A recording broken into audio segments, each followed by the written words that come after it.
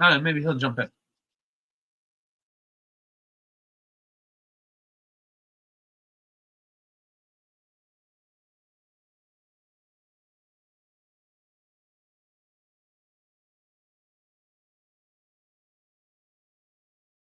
Here we go! It's time to do this once again! It's time to dim the lights and let the feedback build! 3 clicks and sticks, and we're ready to explode!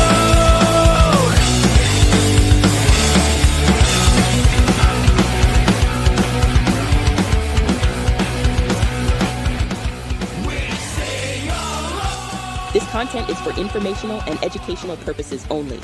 You should not construe any such information or other material as legal, tax, investment, financial, or other advice.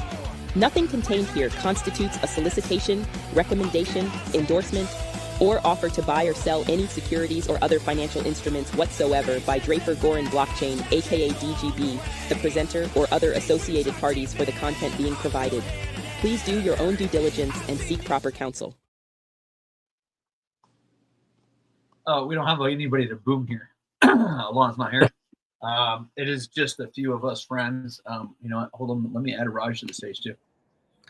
It is New Year's Eve, and thought I'd invite a few coworkers to have fun and discuss some topics. We were actually just talking about Nate and I were just talking about the idea of like video blogging, I think.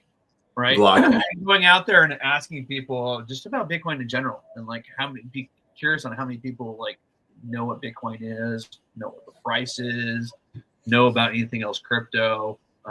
It's always fascinating to see who knows and who doesn't know, you know. And like I'll talk to a lot of friends and a lot of people I know, and they'll be like, "Oh yeah, I've got like $10 of Doge or something like that, or $50, you know, like." I'm curious on that, you know, if you did a survey of how many people had more than $100 in crypto, I'm guessing it's not very many. And how many people know about the industry other than either Bitcoin, Doge, or Ethereum? Like, I would imagine that number is probably pretty low. They only probably heard of those 3, but do they even really know what those platforms are? Right, what those stocks are, how to go ahead and get involved in them, you know, how many other like categories are, like we were saying, the whole DeFi, decentralized, you know, like, do they even know what that means? We'll get the Bitcoin maxis to say, don't worry, you don't need to know what that means, but true, yeah. And for those who haven't, today is the last day of the tax year to take your losses. You know, like figure out what you're going to do, at least in the crypto space. Some things are changing next year. Like, I don't know if you guys know, but, you know, there's been this concept of a universal wallet where like all wallets were like as if they were like one, right, for your cost basis.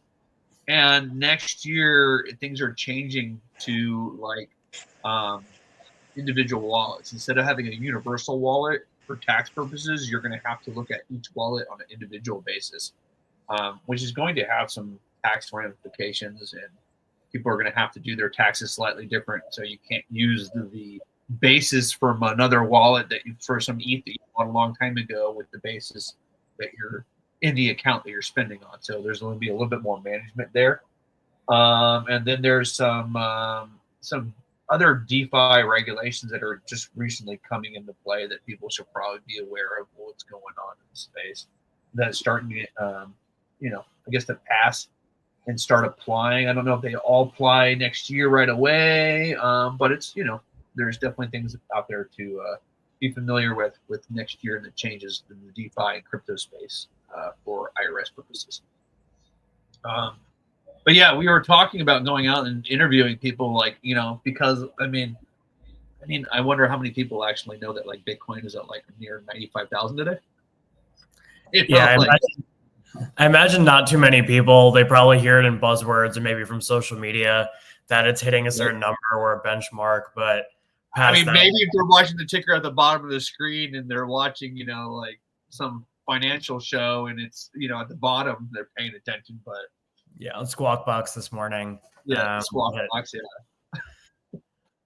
Yeah, I'm sure past that, the functionality, most people don't realize what it actually does or what the potential is of any of these or what the actual investment potential is for any of these as well. Or like how many people know that there's like almost 12, I think at least 12 Bitcoin ETFs at this point, right?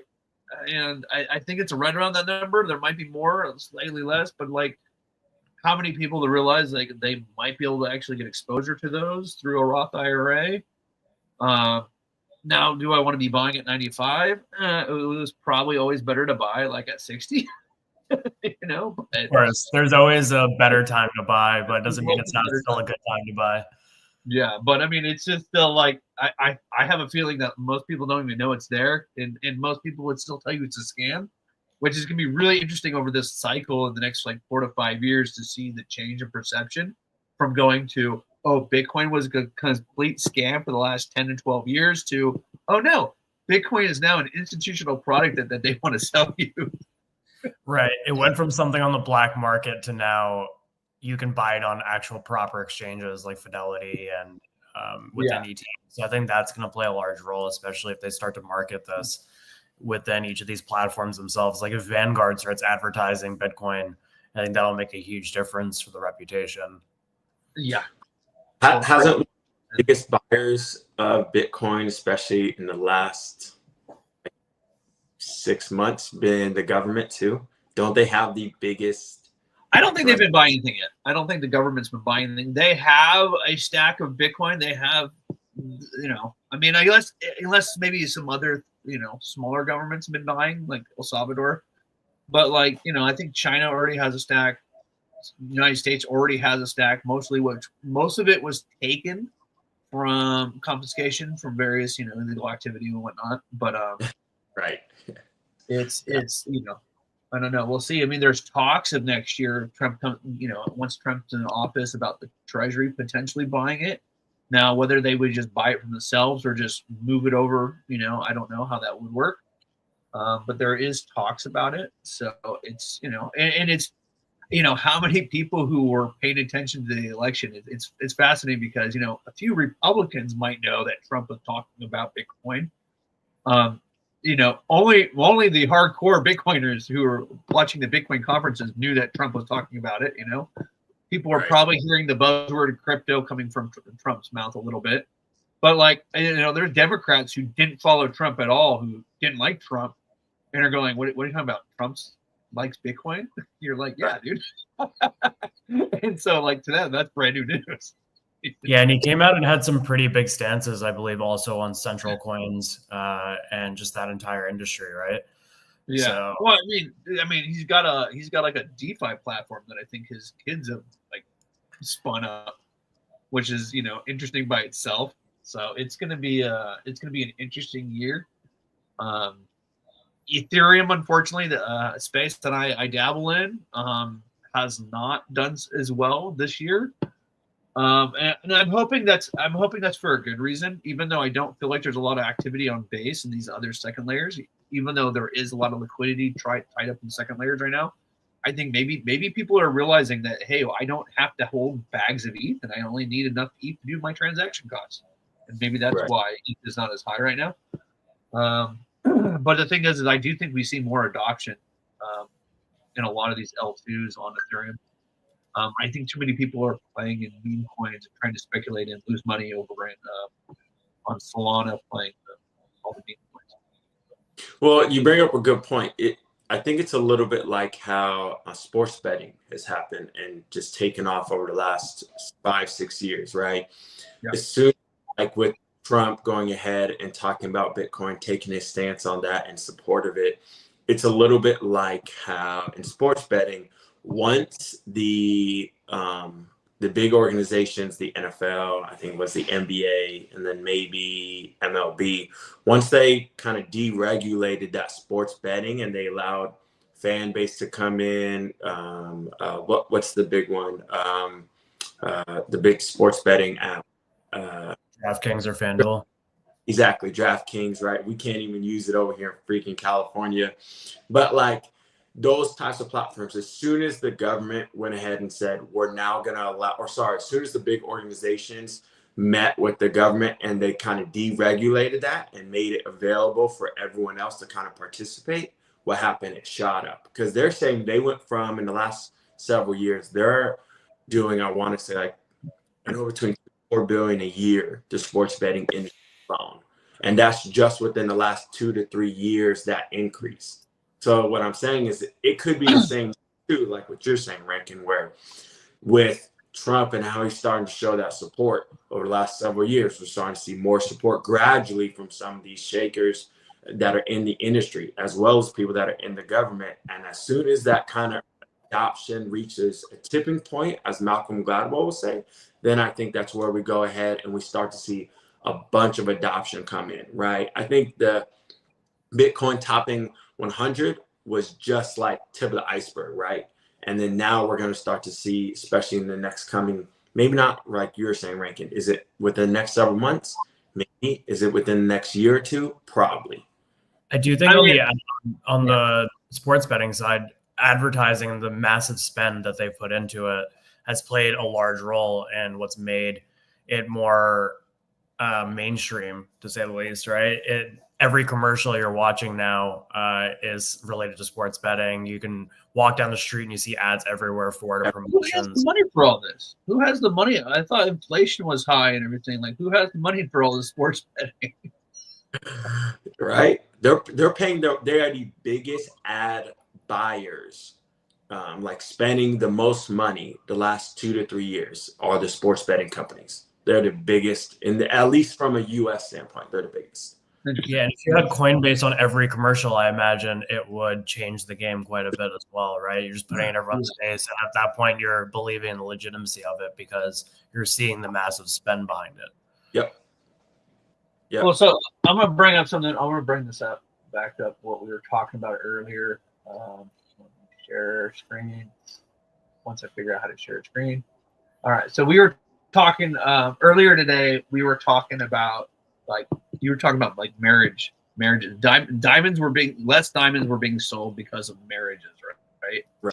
And then we brought up demographics and how because of less marriages it means less kids. So I threw up a chart of this is the labor force participation rate, right? And it's one of my favorite charts to look at because it shows right here. This is like 1964. It shows from 1964, we had a growth in labor force participation rate, which is mostly because of the boomer generation, right? And then right about in 2000, workforce participation peaked with the peak of the boomers. And then we started actually seeing the decline with it bottoming out right around COVID because obviously a lot of people left the workforce right around COVID. And then now people have started coming back. And what's kind of interesting is we're kind of at this leveling point.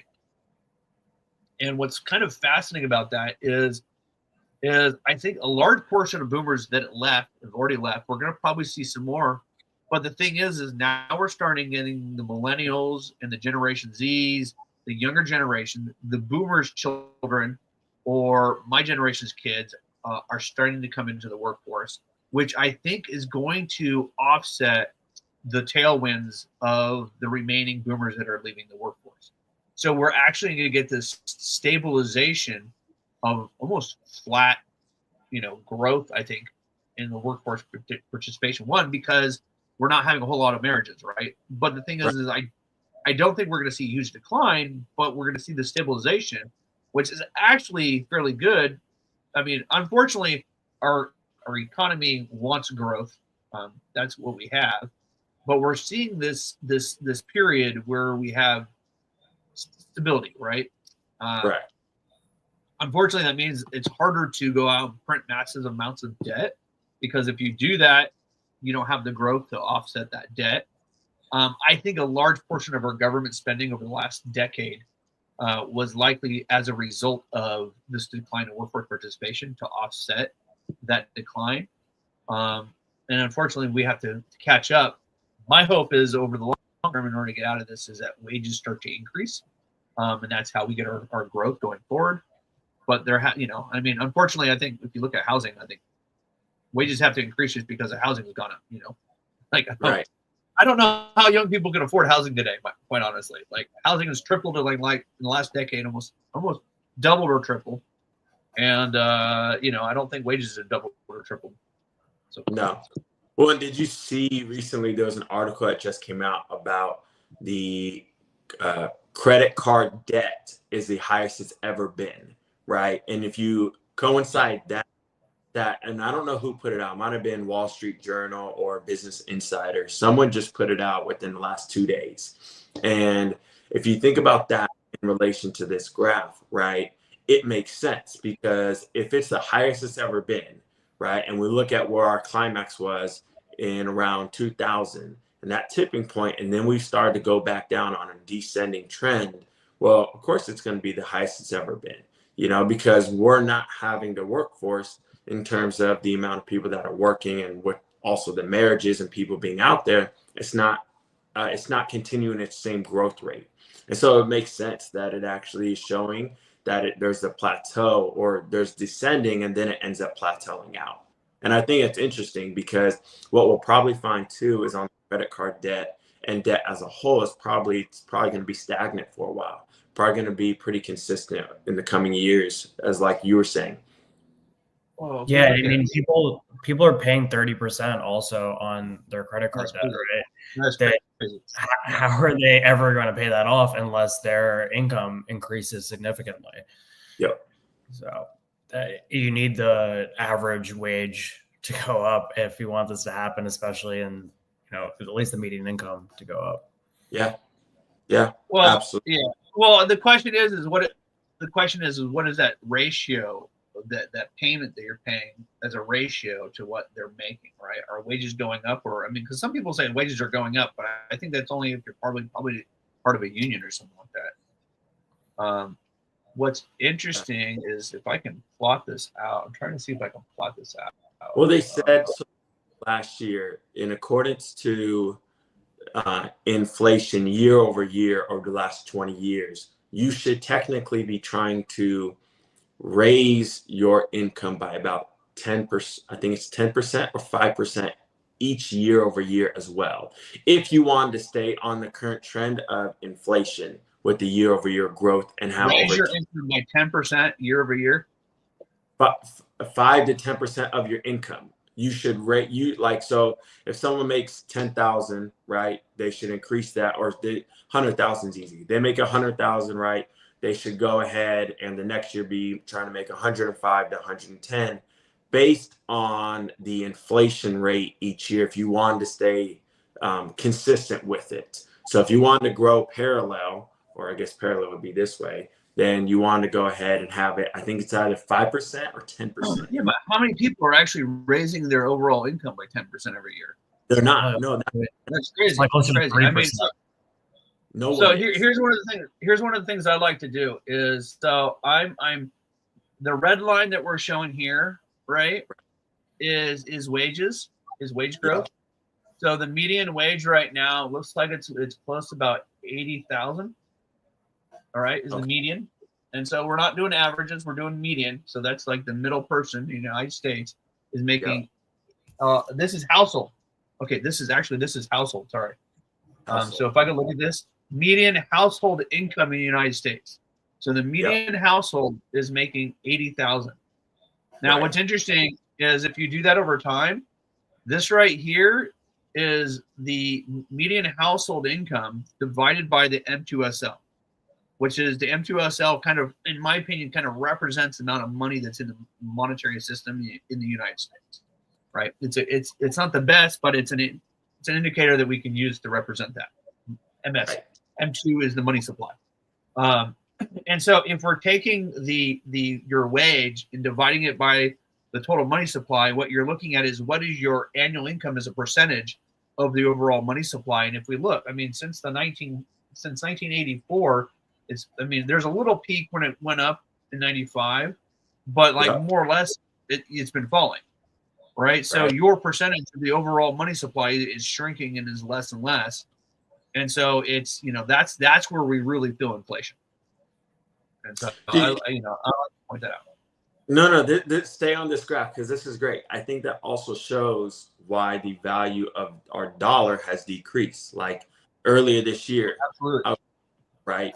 In Europe, the euro is, at least at the time, it was worth more, valued more than the US dollar, right?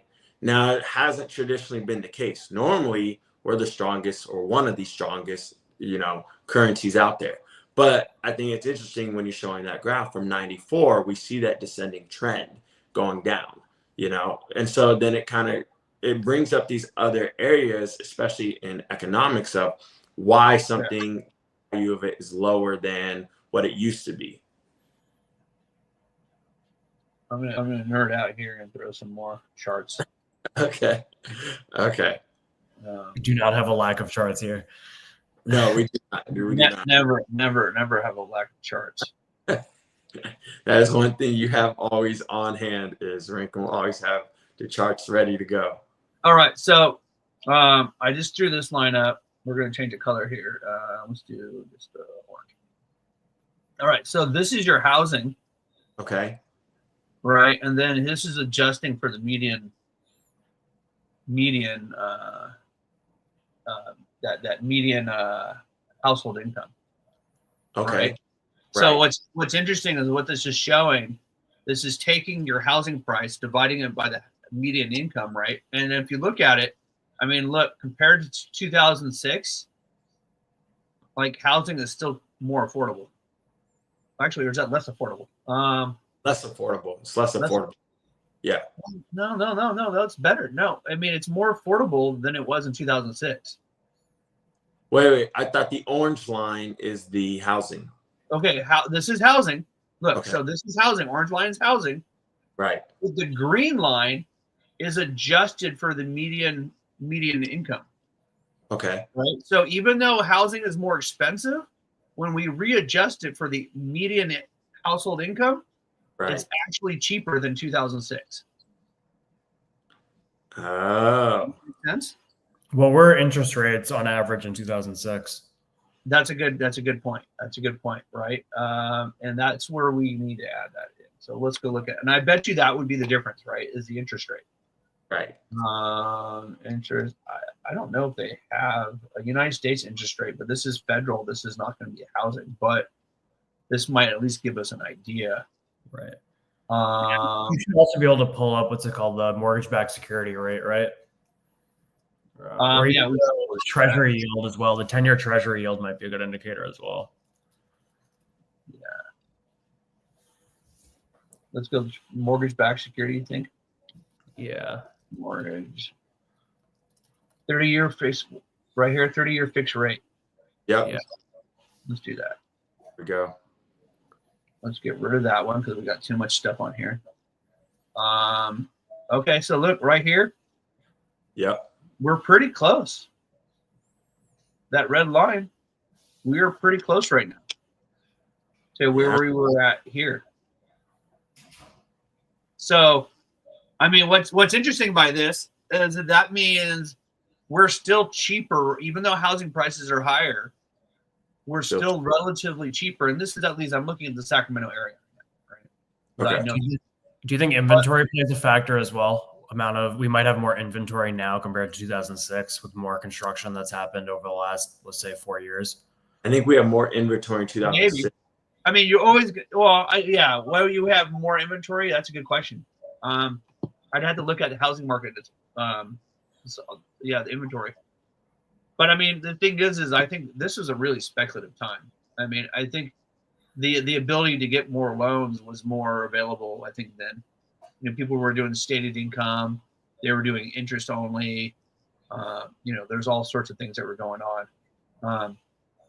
So It's interesting to always do stuff like this and put things into perspective because you're like, oh my God, housing is so expensive.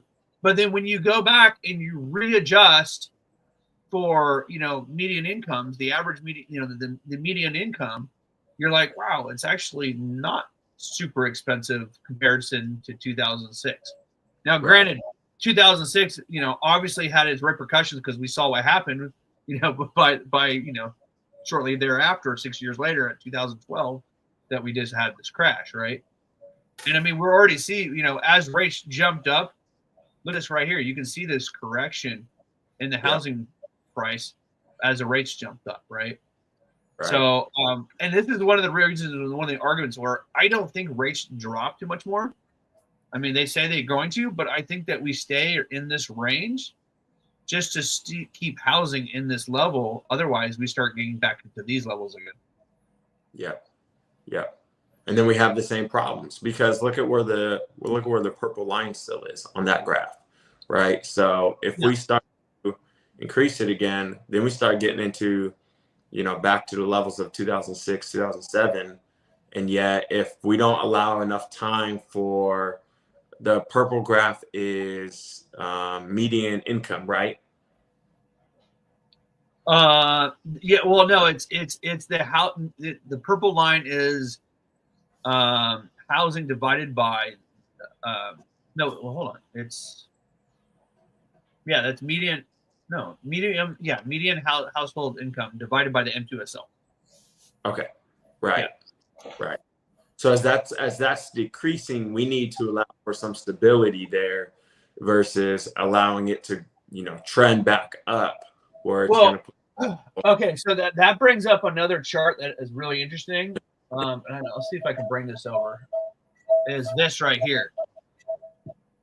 Right. Oh, yeah. Let's talk about this. Yeah. And this is the gold standard. And this is where we broke from the gold standard. Productivity kept going up. So in theory, if we had been on the gold standard, our wages should have kept it going up. But realistically, our dollars were debased, right? And a lot of that transfer, that difference between the two, ended up going to shareholders, investors, businesses, and whatnot who actually held the wealth, right? And so if in order to get some of this back, we almost need to go back to some type of system where we actually have something backing, which is where it's an interesting discussion because there's been some discussion about the Treasury putting Bitcoin on their balance sheet, right? Yep. And I could do that as well. Let's just throw another chart in here. I'll do this. Don't know what I have in here already. Look at that. It's Bitcoin's price right there. There's Bitcoin. Apparently, it's already gone down a little bit today. It's at 93,700. But what would be fun is taking something like this. Let's go over here. We want to take actually, I can just do this over here. I don't need to do that. I'm going to do it over here. Let's take ATNHPIUS.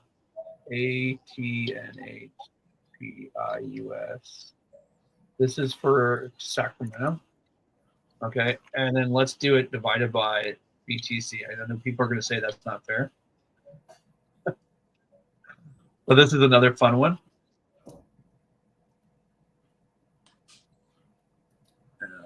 Okay. So that should be on the screen somewhere. Yeah. Maybe Bitcoin is throwing it off somewhere. Okay, hold on. Let's do that. Let's take the Bitcoin off the screen. I added this. Oh, because this is a housing index. Okay, that's why. Yeah, it must not be a very big number on the housing index. So let's just go look at that real quick. Pull that up. Let's replace this. Now, when it comes to housing, are 3 months. Go ahead and borrow. Are they able to borrow yet utilizing Bitcoin? No, not really. You can't. Okay, so this is gold divided by M2SL. No, it's kind of hard to borrow against Bitcoin right now. You can, but realistically, the cost to do it is super high. There are definitely going to be some platforms coming out over time. Right. Probably over this cycle, we're definitely going to see some more Bitcoin lending. This 4 years, right? Isn't it every 4 years the cycle? The cycle, yeah. Yeah. Okay. So I guess you got to look at over here on the right. But this is housing divided by Bitcoin. Really common ratio. Right. Yeah, it's a very interesting ratio. I'm trying to figure out how do I move this line. Okay, it's just like so flat. Okay, maybe if I like stretch it out a whole bunch, you might be able to see this a little bit better. Yeah. Alon and I were talking about this, right? And we were doing a payoff calculator. Like, let's look how fast that goes down. Pretty crazy, you know. And yeah, it's gonna be even crazier over time. So I don't. It's hard to tell what that is actually doing right now. But the point is, it gets cheaper and cheaper in terms of Bitcoin to buy a house, right? Over time. Correct. Yes. Yeah, over time. Yeah, every cycle. Are you saying it's kind of similar to if, when people say you should invest in the market and you don't know what to do and you're going to invest in something over 50 years, it's going to be the S&P because it's always bound to go up. Is that the equivalent of Bitcoin here where it'll always get cheaper to buy in the housing market through Bitcoin? Maybe. Maybe a bit of a reach, but in theory, but you can't get financial advice. Yeah. Because not what might apply today may not apply tomorrow. Yeah, there's definitely a reach. I'm trying to find this. Hold on, Bitcoin. So this is an interesting thing. Let's see if I can take a look at this real quick. Let's see if I can get this pulled up. Yeah. I don't want to show that really. Can I show that? Preview. Can I share this without showing the code and all that?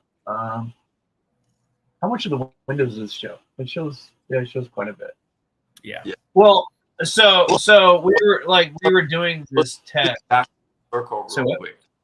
I said let's bring this back full circle to the original question, how we started to get down on here, right? Or get down to this the weeds that we're in right now.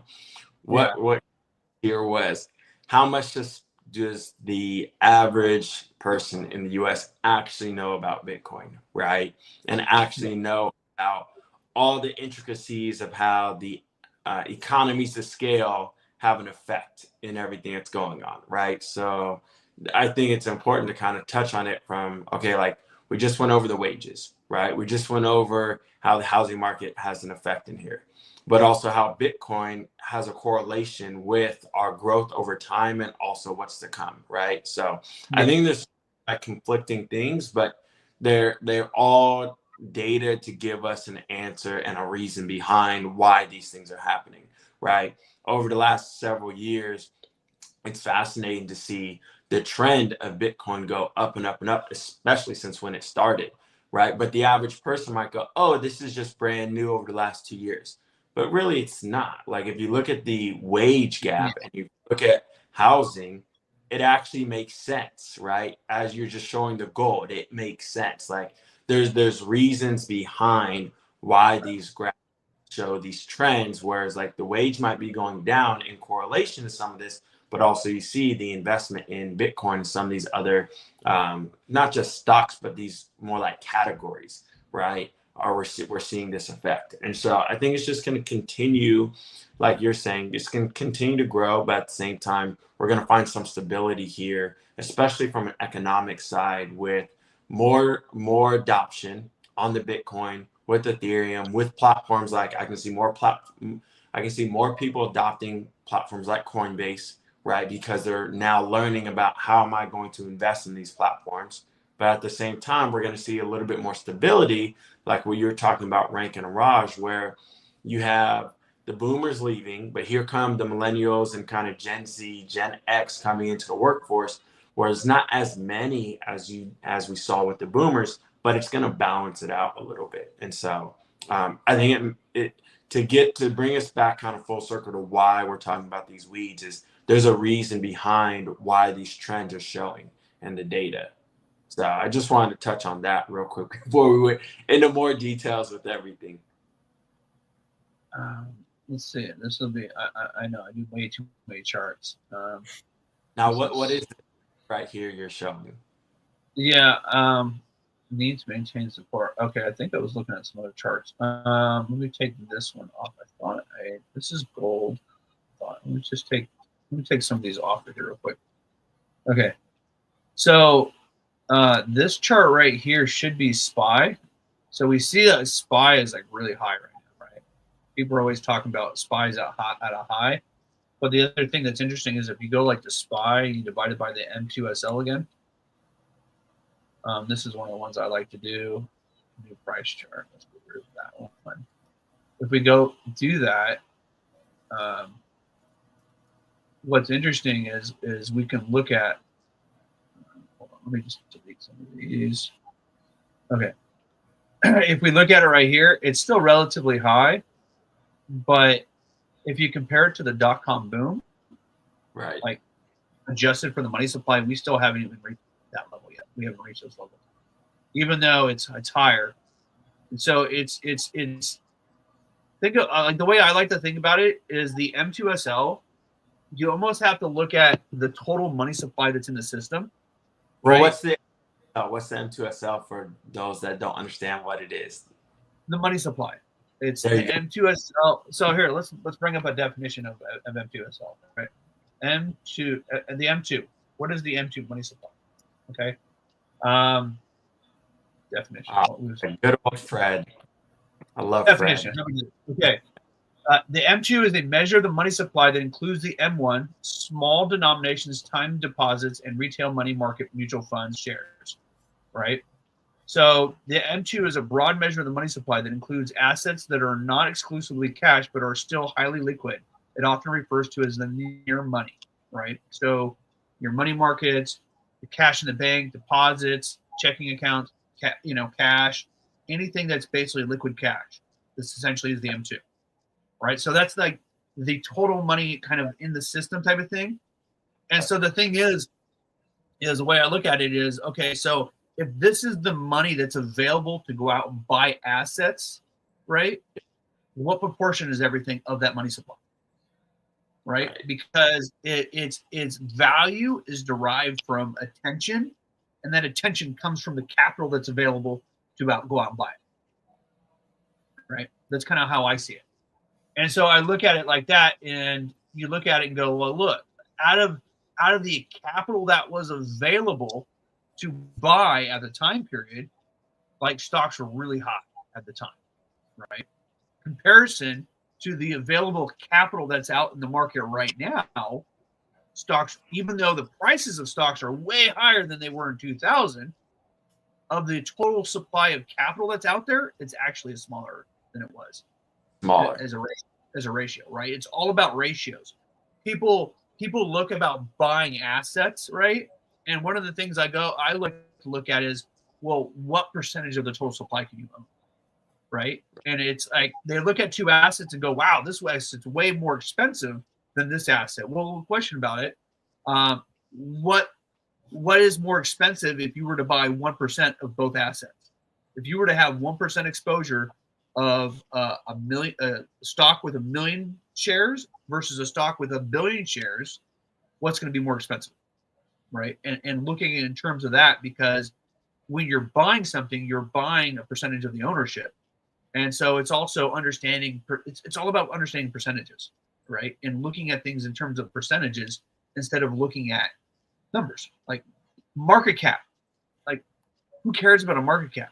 Market cap just means your stock price is up and you have a ton of shares out there, right? I mean, and at least in my perspective. Yeah, there's importance to market cap because it means that more people believe in your product if you have a large market cap, because you were able to distribute out those shares and convince people that, but the thing is if I have a huge market cap, but I have a very low circulating supply of my overall shares, like I could have 1 billion market cap, right? But I'm only allowing 1 million shares of my stock to trade and circulate, then my valuation of my price is going to be higher because it's based off of the circulating supply against the demand for that stock, right? Economics, right? Versus I could have $1 million of million shares and have it all circulating in my price. Might be cheap because all my stock's circulating, even and I'm not holding anything in reserve. What provides value is the fact that somebody's willing to hodl. And this is one of the things that provides value to Bitcoin, is that there's a whole bunch of people who are willing to hodl it and not willing to sell it because they believe that it's worth a higher price, that it's worth holding on to. And this is why something like, Bitcoin Cash hasn't done as well, obviously, as Bitcoin, is because apparently more people believe in holding Bitcoin than holding Bitcoin Cash. And because there's not the willingness to hodl, people sell it. And therefore the price gets suppressed, right? And so there's just some fundamentals. So based on this graph, actually, we should see a higher, we should see the trend should continue to increase on the stocks in terms of if our ratio goes up with the amount of money that people are going to have. Well, that's not guaranteed. That's not guaranteed, right? It's not. Markets are driven by sentiment, the sentiment and how people feel about the market a lot of times, right? It does say that, yeah, we could get higher. The thing is as we get higher and higher, we've been here before, right? And it doesn't end up well often at the end. And so the question is how high can we get before we start getting frothy? And some people will say that we maybe there, right? But the thing is like you go look at things like, I think it was like the NASDAQ. Oh, there's a whole bunch of stocks that are low right now. Really right? low, yeah. Like really low. Like I don't want to bring up any particular. I don't know. I'm just gonna I'll bring up one that I was looking at last night. I was looking at this one stock, OGN, came out. I think that was it. I think this is it right here. I mean, there's stocks that are they're down. Yeah. You look at like Hershey's is a popular one. The Hershey's company. Yeah. It's not a high right now. Right. I mean, now it's higher than where it has been, but I mean, there's a lot of stocks that are still down. I think your tech stocks are mostly up. Right? Tech. Yeah, that's also coinciding with AI and all the data centers. Right? Correct. But I mean, here's the biggest thing is like these companies like Hershey's, right? Right. I mean, obviously, inflation affects Hershey's more probably so than somebody like Microsoft, I would imagine. How are bank stocks doing, like JP Morgan and all of those? What is JP Morgan? JPM? Probably JPM. And this is none of this is financial advice. This is not an endorsement or recommendation. Finance is doing well, apparently. So usually don't finance stocks and tech stocks have inverse results on the stock market? Typically when you see tech do well, you don't see banks do as well, right? Or at least in the last few years. Yeah, I would have to, we can compare that, but I don't know off the top of my head.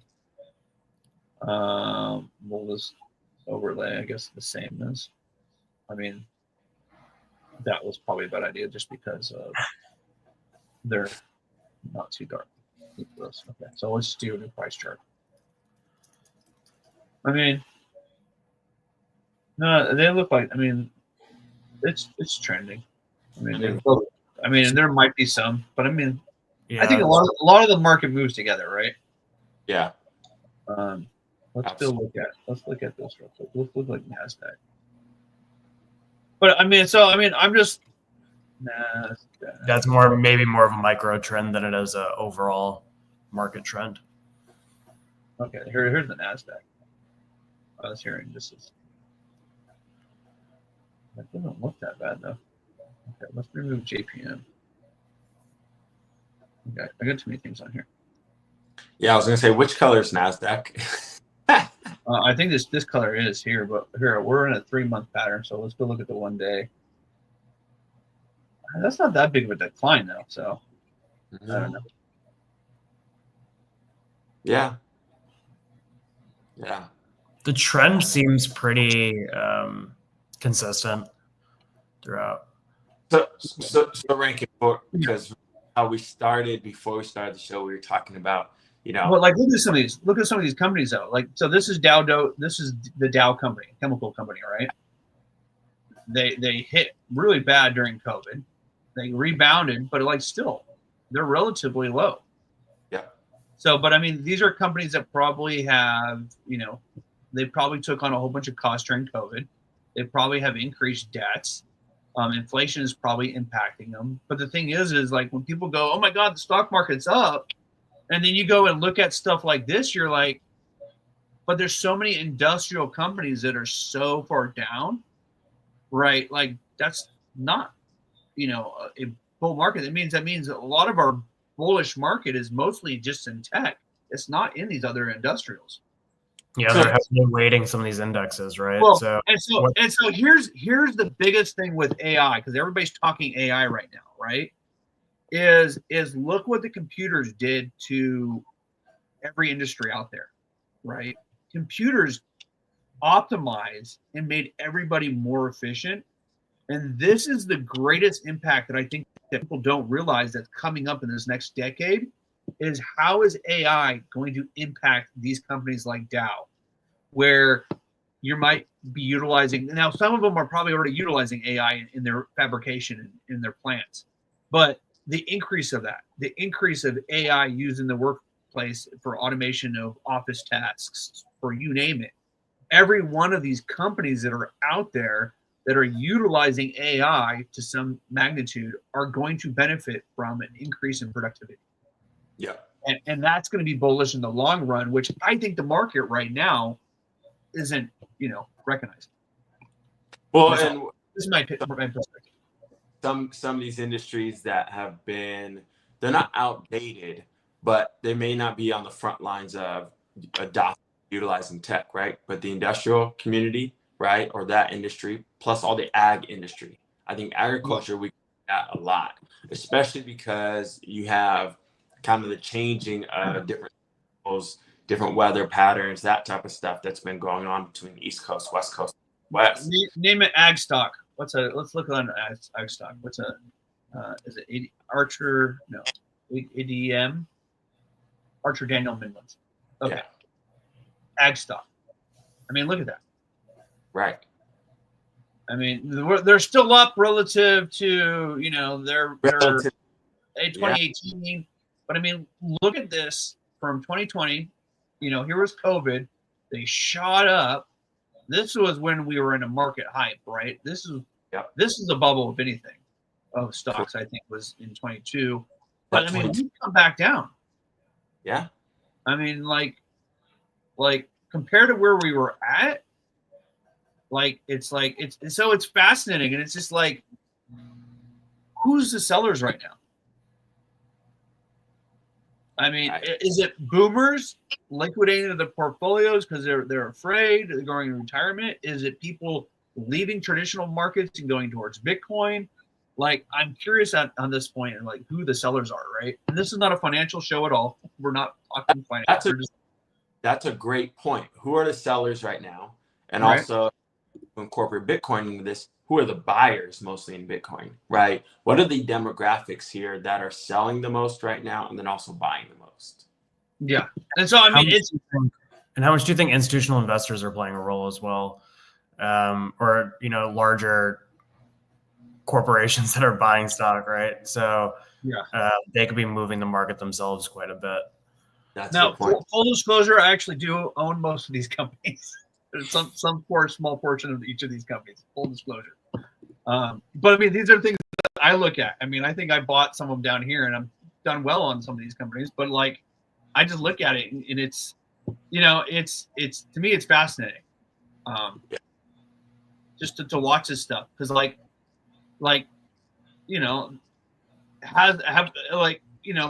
talking right now about Biden's numbers are coming out. And they're changing the figures that they previously quoted, right? and it's as far as I understand, it's looking worse than what was reported. But I'm like, this kind of paints that picture. Like, things were not getting better. There were pretty large corrections too. They weren't small. They were, and I'm like, this kind of shows it, right? I mean, like, we've looked at that. We've looked at Dow. We looked at, like, unless you're a tech company, you haven't been doing so well. Or, I mean, finance companies have been doing well, right? Finance has been. So unless you're a bank or you're a tech company, you haven't been doing too well lately. And a large portion of it is probably from inflation, right? Inflation and the job numbers have also been misreported as well, right? So I think those are two ones. Inflation kind of helps banks because higher rates should be more profitable, and inflation doesn't really bug tech because it doesn't cost that much more to make software once it's already been produced. So it's fascinating to look at things. But the reason I say some of this stuff is I actually see a lot of hope when we go back. I guess we don't have our original chart. Let me delete these. But back to our original discussion of that workforce participation, right? Right. Let's see. That was now what was it? It wasn't. Yeah, it was workforce participation. Yeah, we had workforce participation, and was it marriage up there? Yeah. Hold on. Economy. Civilian labor force participation. So when we go back to the civilian, this graph, like it actually gives me a lot of hope that going forward that we're at least not in a downward trend, right?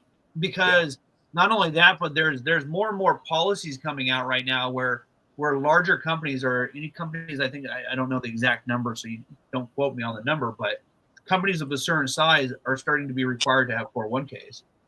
And so if they have 401ks now, that's more money to go into the financial system to then add buying pressure to a lot of these portfolio stocks and other assets and whatnot.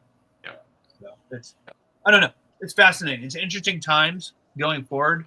I think the next 10 years, the biggest thing is it's interesting watching the digitization of everything, because now you have even a BlackRock talking about how all assets are going to be digitized in the future, right? Which essentially to me means on the blockchain.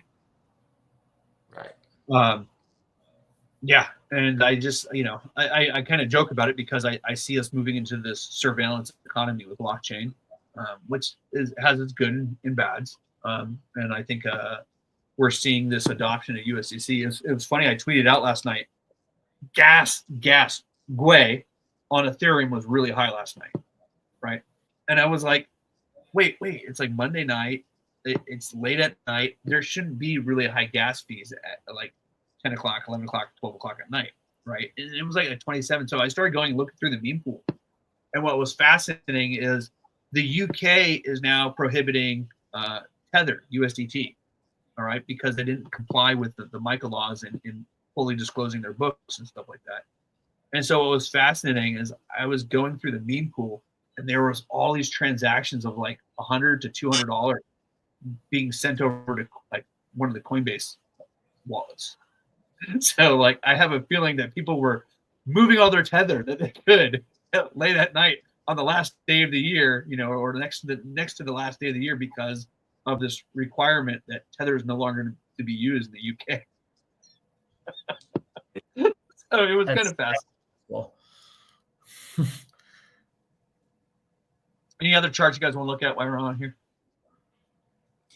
I think we covered most of the stuff for that we were talking about originally. I think it just goes back to, honestly, if we kind of circle it back, how much we don't take account for, right? And we're not looking at, because there are so many, there's so much data to support the actions of what is happening in the economy, right? Why is everyone just now, not just now, but why is there so much adoption in Bitcoin right now? Why are we seeing so much buzz around it?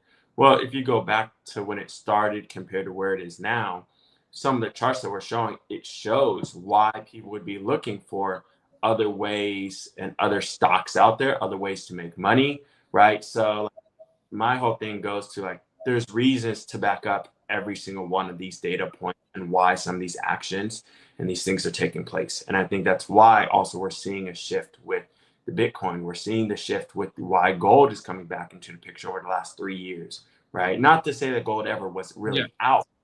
It's never been this high before, right? And so why is gold and Bitcoin at all-time highs in terms of scalability? Well, you see some of these charts in it, and it explains why. But it also gives hope for where we're going forward, like what you're saying, Rankin.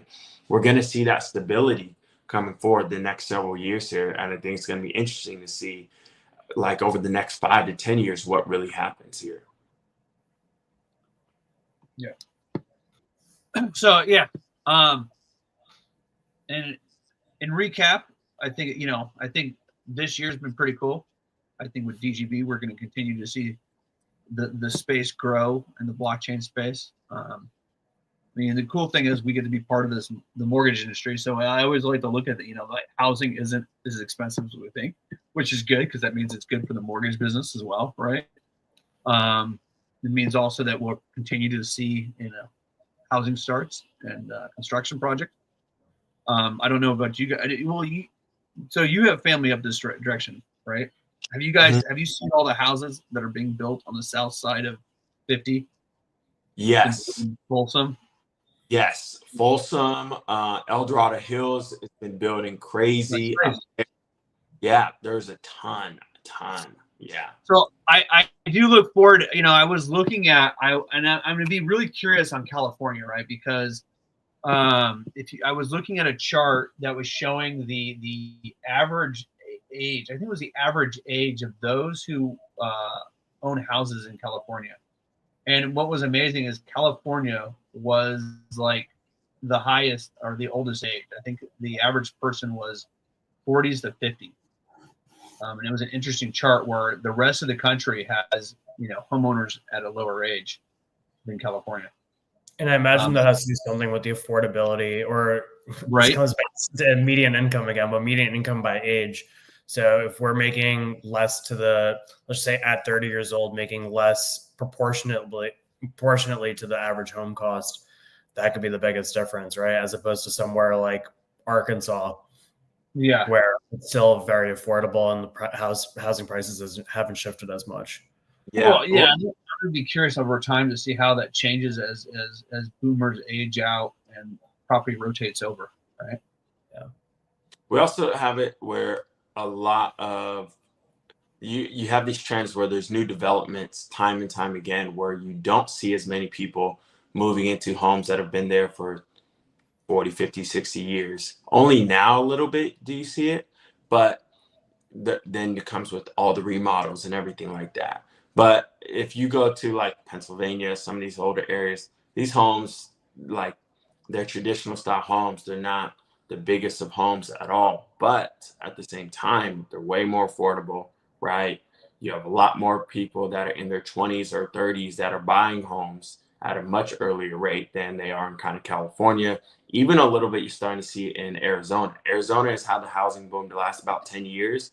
People moving there from a commercial property side, businesses moving in, a lot of new residents. But now even Arizona, you look at the average price there, if you just look at an index there compared to California, it's pretty similar now in Arizona. I'm also curious if the average age of marriage makes a difference. If people are getting married at an older age in states with a lot of cities like Los Angeles and San Francisco in California compared to other areas where maybe they get married earlier and want to buy a house at a younger age. The article from, I think it was Wall Street Journal, don't quote me on this, was definitely alluding to that the average age of new married couples has increased from what it was at average before compared to what the average is now. And it was talking about metropolitan cities. So yeah, absolutely. And having that ability of two people living together and boosting that income, obviously it helps, I think. Right. I agree. Higher chance of getting approved. Maybe even just from a lifestyle perspective makes more sense at that stage of their life as well. So both financially and from a lifestyle perspective might play a large role. Well, one of the things you're starting to see is a lot of people have the funds to go ahead and buy homes right now, but they cannot afford the rate of it every month, Right. They can't You want afford the carry cost of that house. they can't afford the Well, carry. yeah, like I mean that's my biggest hurdle. I mean, I own a home, but like the thing is you know, I could use a larger home because of how many kids I have, and yet I can't afford to upgrade. Like, you know, for what my wife would want, at least. Right. It's at least well. So California has that trap, right? Of Prop 13, where you get to keep your property basis. Raj, this is the beautiful thing about California, is once you buy a house, you can only raise your property tax by like 2%. That is, unless you're doing a remodel or something like that. And so that cap on property tax increases is so beautiful that it forces you to never move in California. Yeah. Luckily, I will say I have an abatement, so I'm doing all right on the tax side. Right. Yeah. I mean, well, because the thing is, the moment you move and you buy another property, you're paying a higher property tax, and so it's just like that. That can be, you know, it's just an additional cost. Now, the benefit is if you're 55 and older, because I think it was Prop 19 allows you to be able to transfer your basis anywhere to any county to equal or lesser value. Go do your research on that. But so that there's some advantage, but I mean, that means now I'm waiting until I'm 55 if I want to transfer my basis. But unfortunately, it's my wife wants a more expensive house, not a lesser house, right? And so it's interesting to see how things play out over time. They do tend to work themselves out, but yeah. I agree. Yeah, I also found interesting on the map you had Hawaii was towards the top of average age for buying a It house. is interesting. Right? That did stand out because the other states that were up there were states that had very large cities. You had California, York, all the Nevada, expensive, a lot of the expensive places. Florida was up there. Florida just, I think, generally is older, but Yeah. But Hawaii, the thing with Hawaii is with the rise of national tourism, global tourism, then they are an import state, right? They import most of their foods and most of their goods and services, right? So if you think about that, like they're not exporting as much as they're importing. So because of the import costs, they have to have also higher costs just in terms of your day-to-day life. Well, then who can afford to go ahead and live there? The residents that have been there generations, yeah, they maybe can, but some of the newer couples that maybe they're in their 20s, 30s, they can't afford to go ahead and buy a new home or to buy a home that is available. yeah, and you can't exactly drive across state lines either to make that move. That's a good point. Oh, there you are. You were freezing for a minute, bud. So, what are you guys looking forward to for next year?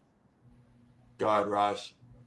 What I'm looking forward to, I'm pretty interested to see how mainstream AI does become. Obviously, we've seen ChatGPT become really mainstream. We're going to hear it as a buzzword for a while, but it's going to be interesting to see what sticks and what doesn't. I think we're going to see a lot of that in the next 6 to 12 months on what actually becomes practical and what just becomes, we're just making it for the sake of making it and seeing how much investment we can get behind this. No, for sure. I mean, we got our products that are coming out utilizing, photos and AI and applying photos. There's some really cool music apps that we've been playing with internally. Just, I mean, if you're following me on Twitter at all, you're probably hearing some of my AI generated music these days that I love because it's interesting. I mean, I don't know. I've downloaded all these MP3 guys of songs that are about topics I like. What I've also found interesting is like we have all these cool apps like music and photo and everything.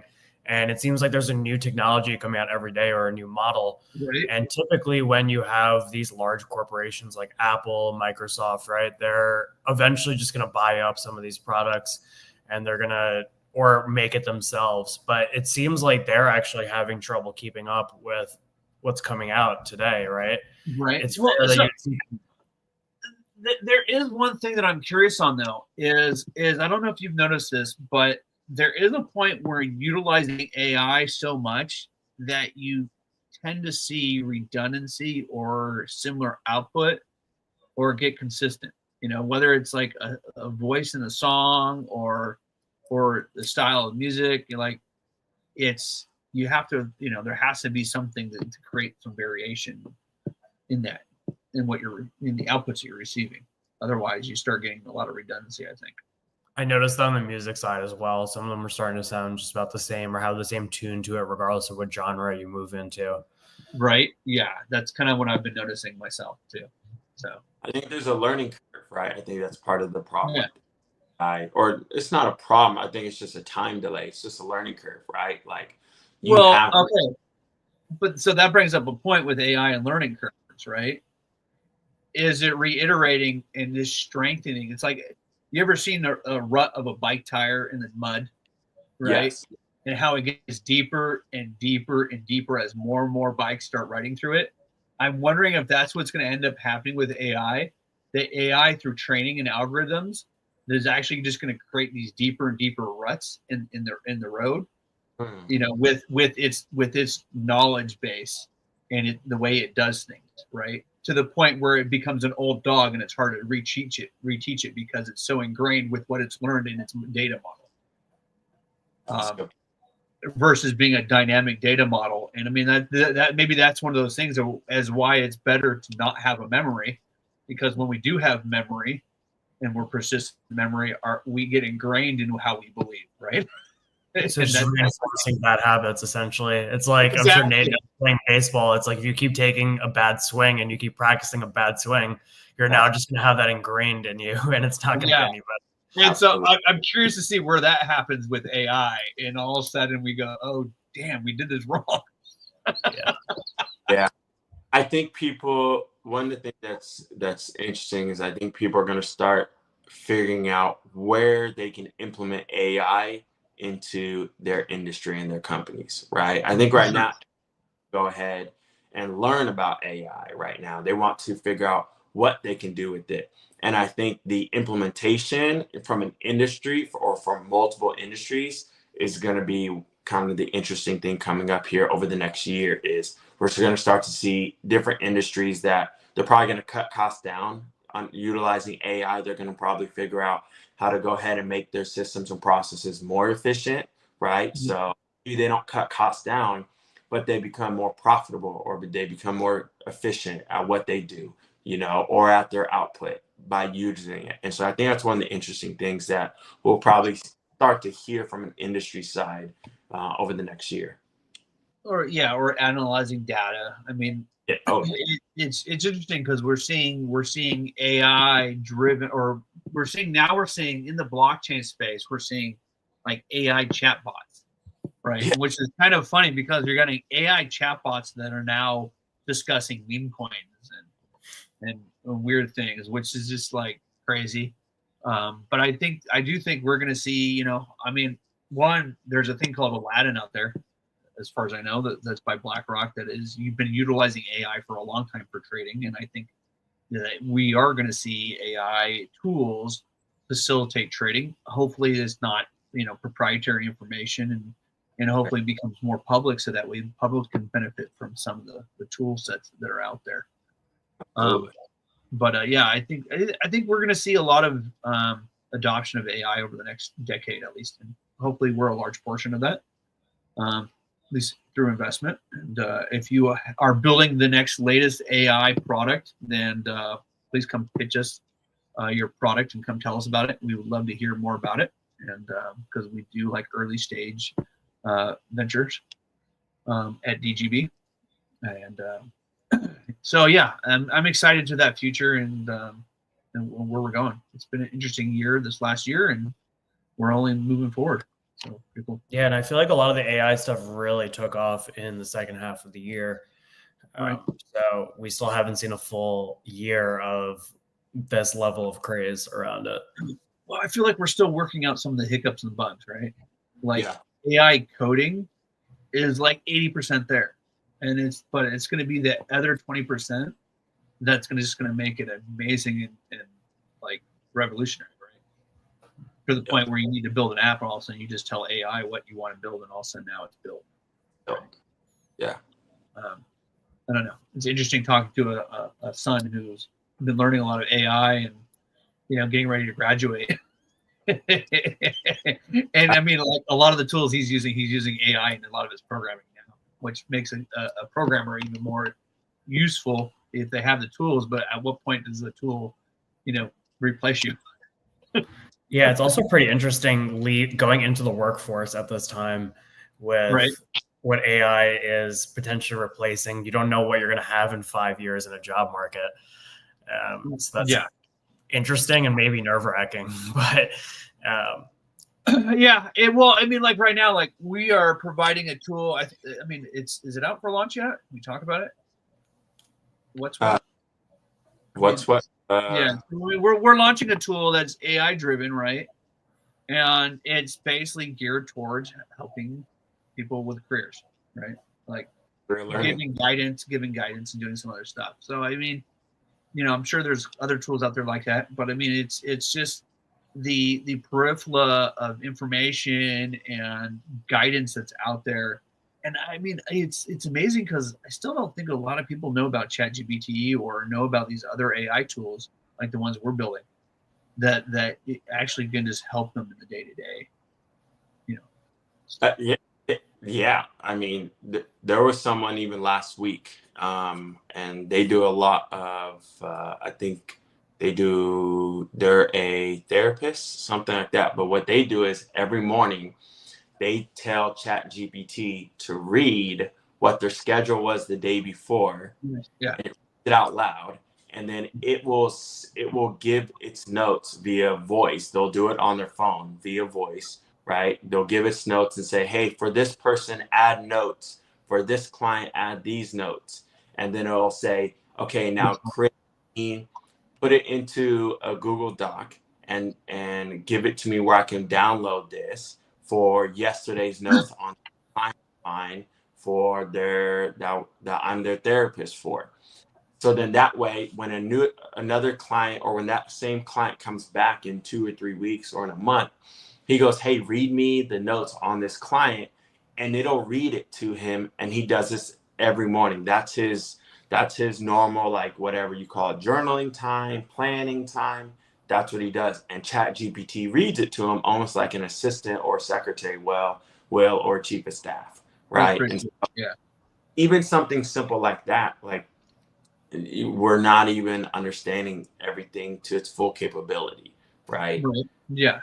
It can make you a complete worker too, right? Like say you're good at 90% of the job description, you're not great at 10% of it. You can now become a whole person and fix that 10% that you have shortcomings in with AI, which does really well. Like, for example, I don't love note taking. I do it because I have to, but we have an AI in all of our meetings that takes notes for us. And I can go back to that at any time and be like, okay, this person said this, and I can go back and read it, right? And that makes up for the times I don't want to do note taking and I can focus on other things. Yeah. And that makes up for that 10% of the job description. Yep, absolutely. Until the note taker stops. 30 minutes. Until it stops with 5 minutes left of the meeting and someone says something really important, but it's inching in the right direction. So tip is, if you're using a note taker and you're not paying for it, make sure you get your bullet points in and your tasks done within the first 30 minutes or in the first 5-10 minutes of the conversation, and then continue on. Yeah, make sure you read the terms and conditions of what you're signing up for, and that's you're using everything that you can. So you guys have anything exciting for the rest of the day for this New Year's Eve that is about to happen? You guys going anywhere? Parties? Only a Gatsby party. Yeah, that's themed New Year's Eve event. Yes. Awesome. Being in LA, people want to have themed New Year's Eve events. So I'm not sure how it's gonna be Gatsby, but we're gonna make it as Gatsby as it can. So, someday I'm gonna have to throw a party. It was funny. We got a random gift in the mail this last weekend, and we're like, "Who the heck is this from? Like, what is this? Like, why do we have this?" And what we received as a package was a tablecloth. It was like a plastic tablecloth to go over a table, and a whole bunch of VIP badges, like wristbands that said VIP. And I'm like, who the heck sent us all these wristbands? There's like hundreds of like wristbands that said VIP on it. Right. And Okay. so apparently it was for some family member's party that they were having for some event, and accidentally sent it to us instead of to their address. Oh, okay. I was like, is somebody throwing me a hint that I'm supposed to throw a party or something? Like, Yep. I was like, where did this come from? It's the most odd, random thing to get in the mail. It's like, but I'm like, this is not bad. I may have to throw a crypto party someday and use VIP badges. So Yeah. I'm gonna save in case we end up doing anything. We'll have some VIP wristbands already set aside. Yeah. Full disclaimer, everyone be safe. Have fun, but be safe tonight, right? Yeah, be safe. Get back home safe, right? Be good. Yeah. Yeah, it's going to be an exciting year. Guys, I appreciate you hanging out with me today. I know Alon's a little bit sick from the holidays, it sounds like. And I'm sure he'll be back next week. But I appreciate you guys hanging out with me. And hopefully that was an interesting conversation for some people. It's always good to talk about anything else. Random economic stuff. I'm a boring individual, so I like talking economics, taxes, not as much, but Not that. Finance, anything investment related, blockchain, crypto, you name it. But so I think thanks for coming on and tolerating some of that. All good. Anybody else watching? We appreciate you watching. I think I can share one of our banners. Do I have a banner? No. Media assets. Can I share this? Let's see if this works.